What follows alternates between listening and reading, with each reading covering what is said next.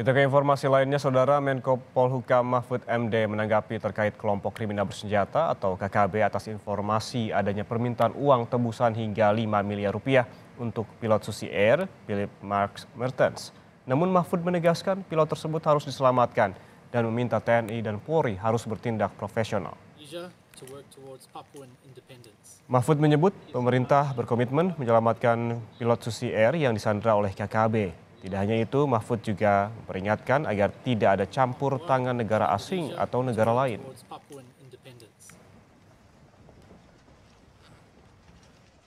TNI menyebut sudah menyetujui untuk menebus sejumlah angka untuk membebaskan.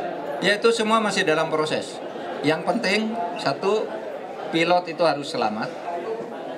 Yang kedua, TNI dan Polri bertindak profesional. Yang ketiga, tidak boleh ada campur tangan asing, campur tangan negara lain dalam kasus ini. Itu prinsipnya. Sekarang terus berproses. Ada lagi? Cukup. Kapten Philip Mark Mertens yang diculik kelompok kriminal bersenjata merupakan warga negara Selandia Baru berusia 37 tahun. Ia merupakan pilot Susi Air.